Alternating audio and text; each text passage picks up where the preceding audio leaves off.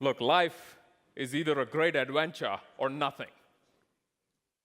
Right this moment, there is an adventurer somewhere about to embark on a transformative journey to script our digital future. She could invent a renewable source of energy, perhaps a cure for cancer or a brain-computer interface. Maybe she'll redefine how smart cities get built. The headlines of last year, perhaps last week, are a reminder that on her journey lurks unprecedented digital risk. It casts a dark shadow on whether what we have been up to for the last several decades matters at all. It absolutely does. Cybersecurity is getting better, not worse. And yes, I mean that despite what happened last week. A very good afternoon to all of you. It's an honor to welcome you to the 6th RSA conference here in beautiful Singapore. There are 6,000 of us here, which is a testament to the power, the growing power, I should say, of our community. What we do with our time together matters more so now than ever. Now matters because it drives what's next. So let's not talk about the hacker's advantage. They can do that in their own conference. Let's talk about our advantages. Let's not talk about the future of threats. Let's talk about the future of security. Let's talk about how the security community is getting stronger and moving faster. Now, of course, you will not see that in the headlines.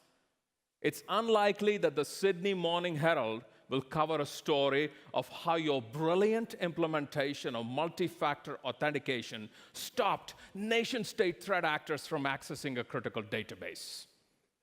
Sorry, but it's not happening. Now, while we cannot celebrate our individual successes, what we can celebrate is our collective success as a community. In an era of bad news, I call these the cybersecurity silver linings. Now, why focus on silver linings? Because Marcus Buckingham, a leading business expert, said the recipe for lasting success is to double down on your strengths. Just do more of what's working and do it faster. We should consider this approach in cybersecurity. In addition, we should pay attention not just to the technology of defense.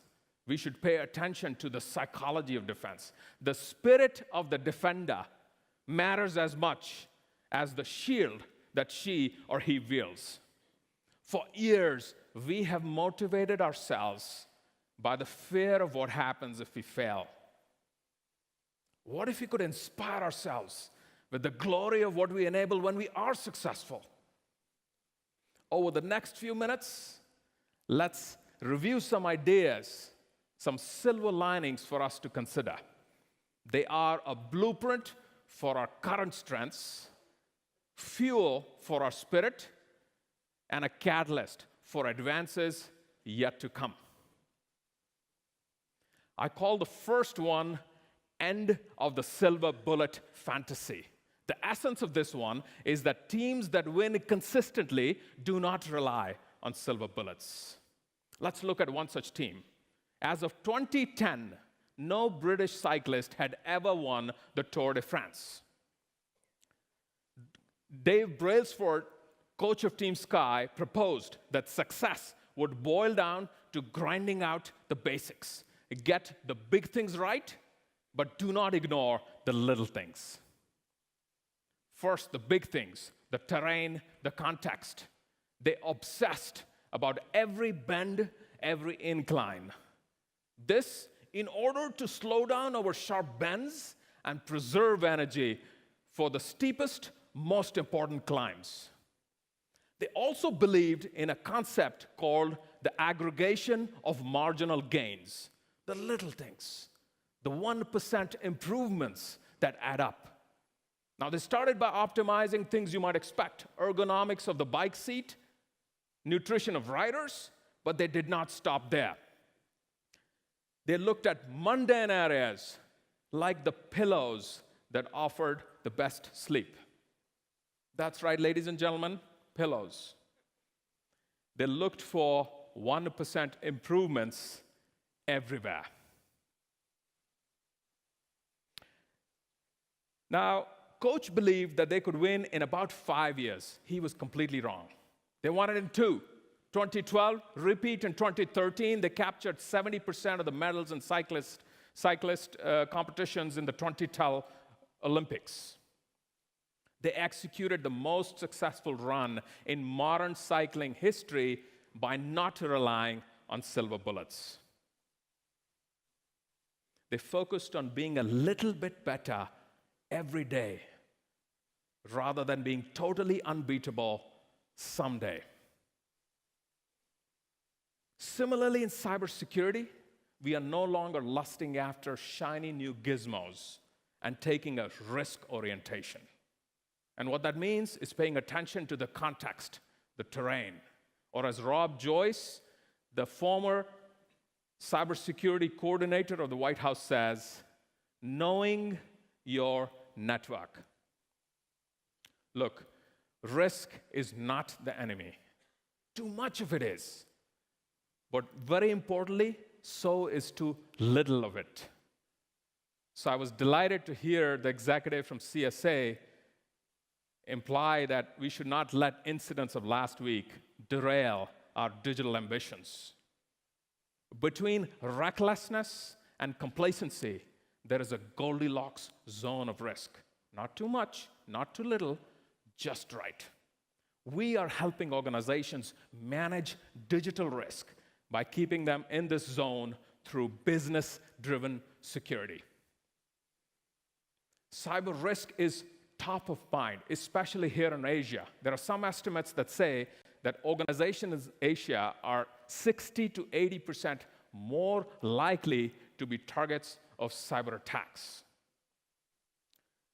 Now, if necessity is the mother of invention, risk is the mother of insurance. So the very best proof point of all that cyber risk is top of mind is the rise of cyber insurance. The cost of premiums worldwide is already in the billions. More importantly, though, we are getting better at quantifying cyber risk in terms of dollars and cents using standards like FAIR and Bowtie. Cyber risk quantification is an essential tool for business stakeholders to understand cybersecurity in terms of financial terms, a language that they understand.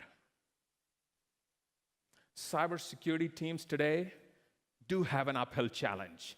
44% of incidents go unhandled. We have coined new terms like cyber fatigue. I have no idea what's next in our cyber vocabulary. Cyber frustration, perhaps? I personally like cyber joy, the feeling that you get when you kick a hacker's behind. Now, by prioritizing our incidents based on business context and focusing on the crown jewels, the most important systems, processes, and people, we have a recipe for cyber joy. Our understanding of our business context is the one and only one asymmetric advantage that we, the good guys, have. It helps us preserve energy for the most important, steepest climbs, the things that matter most. Now, if you think about how we're doing in terms of the big things, it's all about managing risk, taking a business-driven security approach. Now let's talk about how we're doing on the little things, cyber hygiene. Now, while hackers are not great specimens of humanity, they are human after all. And contrary to popular belief, they too have limited resources. and they go after the path of least resistance. They go after juicy or easy targets. So let's not be easy targets. Let's take care of the basics. Let's take care of the little things. When one Tesla drives over a pothole, the entire fleet learns how to avoid it. We need fleet learning like that in cybersecurity. If a vulnerability has been exploited in the wild, let's not drive over that pothole again. Let's patch it. WannaCry, the ransomware attack that led to billions of dollars in damage globally, was our wake-up call. We failed to patch a vulnerability called Eternal Blue, the exploit kit for which was available in the wild. Now, since then, we have upped our game in terms of patching IT and OT infrastructure. The adoption of multi-factor authentication is at 60% in the enterprise, 40+% even in small and medium businesses.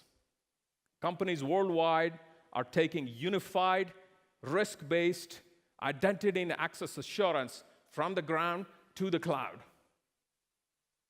Death of the password, perhaps. Progress, phenomenal progress. On little things, absolutely. We today are focused on being a little bit safer every day, rather than being totally unhackable someday.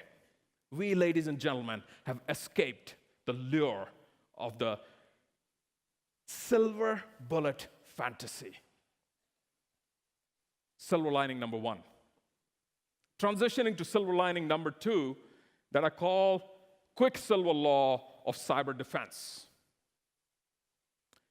In the recently concluded FIFA World Cup, the team from Japan did exceedingly well. Any folks from Japan out here?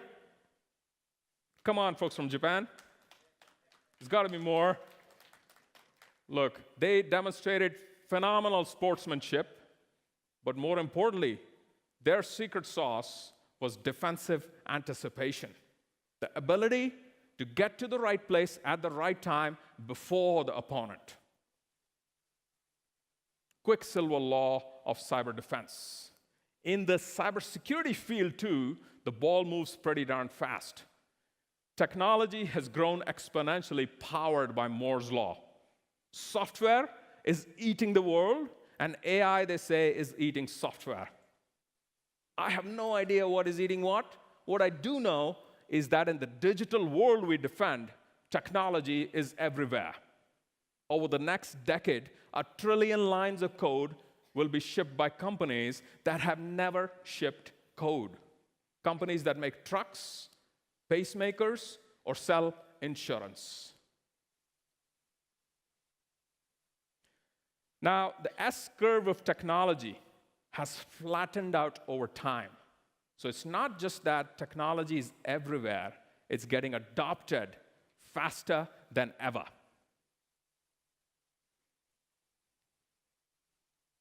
Now, if you think about how this influences cybersecurity practitioners, technology is absolutely an accelerant for us. It helps us, but it is a weapon not just for the defense, but for the offense. The bad guys have all the same technology that we, the good guys, have. And the Murphy's Law of cybersecurity states that new technology equals new vulnerabilities. Technology is as much a target as it is a weapon. Compromised AI or tampered data can be a disaster in an AI and machine learning powered world. Now, there has always been a gap between when a technology becomes mainstream versus when we, the cybersecurity professionals, learn how to leverage it and how to protect it. Let's call this the cybersecurity afterthought gap. So we at RSA conducted a study going over multiple decades to see how we were doing in terms of closing this gap. As an example, biometrics emerged as a mainstream technology back in 2001 but it did not figure in our vernacular here at RSA conference until 2009. Are we making progress? Yes, progress is very real. If you look at other technologies, like cloud computing, that gap was 3 years. IoT, a mere 12 months. Machine learning, even less. Now, I was talking to the CISO of a financial services organization. It was clear to me he was sleep deprived. It was also clear to me that he was ultra excited about the use of machine learning to build an intelligent SOC and recruit machines to fight alongside the humans in the SOC. And at the centerpiece of this is the evolved SIEM that pulls data and provides pervasive visibility from all facets of the attack surface: users, endpoints, network, data center. Above that, user and entity behavioral analytics provides continuous insight to help the human analyst anticipate and move with speed and efficacy. And finally, automated orchestration can close the loop and implement actions to plug the holes and remediate the attacks. Visibility, insights, action. And hopefully a lot more sleep for my friend, the CISO. We are finally also paying attention to the user experience by using state-of-the-art visualization technology. We have security offerings now which are beautiful security that is not just intuitive, but almost enjoyable to use. We have the advent of the era where we have Slack-like UIs augmented with chatbots that are helping the human analyst be more effective. Now, if you think about standards in the fraud world, the adoption of 3DS 2.0, the very premise of it is to eliminate user friction even as we combat fraud. So this innovation in user experience will help cybersecurity practitioners anticipate, move faster when speed is of essence. So as new technology becomes mainstream, we professionals in cybersecurity are moving faster than ever to leverage it and protect it.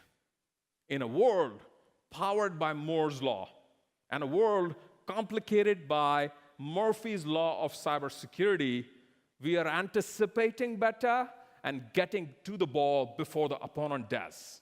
We are getting better at the Quicksilver Law of cyber defense. All right, on to the third silver lining, magic of sterling teamwork. Malcolm Gladwell defined a weak link sport as one where you cannot win unless everyone contributes. Rowing is the ultimate weak link sport. If anyone on the team is off sync, even by a split second, it ruins the timing of the entire team. So let's take a rowing example for this silver lining. Let's go to the iconic skyline of Hong Kong, where in the recent Dragon Race competition, the team from Singapore actually did phenomenally well. Any Singaporeans out here? No? So let's diagnose what happened there. What was the secret sauce of the team? As we spoke to the captain of the women's rowing team, she expressed that the secret of their success was, of course, teamwork, hard work, but what was also noticeable was that in addition to that, it was trust and communication between members of the team inside the boat. She also notes that one of the elements of success was contribution from stakeholders outside the boat, programs, university programs that provided the depth of talent and diversity into the team. Net, to drive that significant performance required a great teamwork inside the boat and outside. Now to win in cybersecurity, must garner collaboration between folks in the boat, risk and cybersecurity teams. But we also need help from folks outside the boat. Think about business stakeholders, policymakers, regulators, IT leadership, universities, even users. ASEAN Cybercrime Roundtable that just happened today, the FIDO Alliance, fantastic examples of teaming within the boat. The governments and policymakers and regulators are absolutely stepping up as well. Australia's Security of Critical Infrastructure Act, Singapore's Cybersecurity Act, India's Consultation of Data Protection Law Framework, the cybersecurity bill in Thailand to drive Thailand 4.0, China's cybersecurity law. Phenomenal progress in terms of policy making in this very region. Now, in addition, APJ governments are also paying attention and instituting data privacy laws. Singapore's Personal Data Protection Act, Hong Kong's Personal Data Privacy Ordinance, Japan's privacy law. Great progress in terms of caring for the notion of data privacy to manage that aspect of digital risk. In addition, ministries here, much like the example that we saw here in Singapore, has the cybersecurity agency. In Thailand, you have EDDA. In Malaysia and Indonesia, you have cybersecurity agencies. So again, they are establishing focused organizations to help with their security risk posture and managing digital risk at the national level from a policy perspective. Business stakeholders as well in this region are absolutely more engaged. The National Association of Corporate Directors says cybersecurity is a topic at board level at least 2 times a year, even in this region. Universities worldwide are doing great work in terms of inculcating and building and feeding talent into the good fight. We, RSA, through our Academic Alliance program, are honored to be working with Temasek Polytechnic right here in Singapore to allow students to have the opportunity to work in a real-world SOC. Now, in addition to all of this, no matter what we do in the domain of security, we need help from IT to build resilience and help reduce the attack surface. And we get to see this at close quarters because we are part of Dell Technologies. We are absolutely seeing greater mind share of cybersecurity at the CIO's desk. We are seeing adoption of technologies like microsegmentation and instrumenting security right in the virtualization layer. We are also seeing great innovation in what is now called DevSecOps, which basically takes security and burns it into the very heart of the software development process. We are designing security in as opposed to bolting it on as an afterthought. Now, to build a strong security posture, you must have different ideas, different perspectives. Diversity is key. If you're unable to attract diversity in your workforce, gender, race, national origin, religion, orientation, you cannot be successful in the field of cybersecurity. You need to look at the problem from many diverse perspectives in order to move at the velocity that is needed to execute on the cybersecurity challenge. And we at RSA are honored and committed to this very important cause of diversity, specifically in the cybersecurity talent game. Look, what am I saying? I'm saying we are getting better at teaming, and everyone is chipping in. So let's recap. We talked through 3 silver linings for us to consider and double down on and build upon. First, risk orientation, not silver bullets. Second, quicksilver-like pace to adopt technology and anticipate better. Third, sterling teamwork inside and outside the boat. Look, I am not in denial that while there are silver linings, there do exist clouds. pretty dark ones at that. Just look at the Q2 earnings for many companies like Merck, Mondelez, Reckitt Benckiser. They cite cyber incidents as the main factor for impacting their financial results. And this will lead to very personal accountability. There are no sacred cows. Cyber incidents put everyone's career at stake today, from the chairperson of the board to the CEO on down. Here in APJ, the economic losses due to cyber attacks were tantamount to $1.75 trillion with a T dollars just in 2017. And that's equivalent to 7% of the region's GDP. Think about that for a moment. And in this region, we suspect that there is underreporting of cyber incidents. That's pretty dark. The personal data of 1.5 million Sing Health patients stolen right here. That's a pretty dark shade right there. An incident with an autonomous vehicle in Arizona, United States, can shake up our trust in technologies like AI. A similar accident where the cause is a cyber incident is not a far-fetched notion at all. Look, data and technology are the fuels for our digital transformation. Our trust in them is tenuous. There is a very, very fine line between tech love and tech lash. It takes a lifetime to build trust, but only a moment to lose it. So as much as we worry about avoiding breaches in our respective organizations, the largest collective risk we face is our failure to avoid the breach of trust in technology itself. That's what's at stake. Now, we started our conversation by talking about headlines, and it's simply the nature of our work that our biggest wins will never be front-page news. When we execute on the silver linings, we don't make headlines. In fact, we stop the bad ones.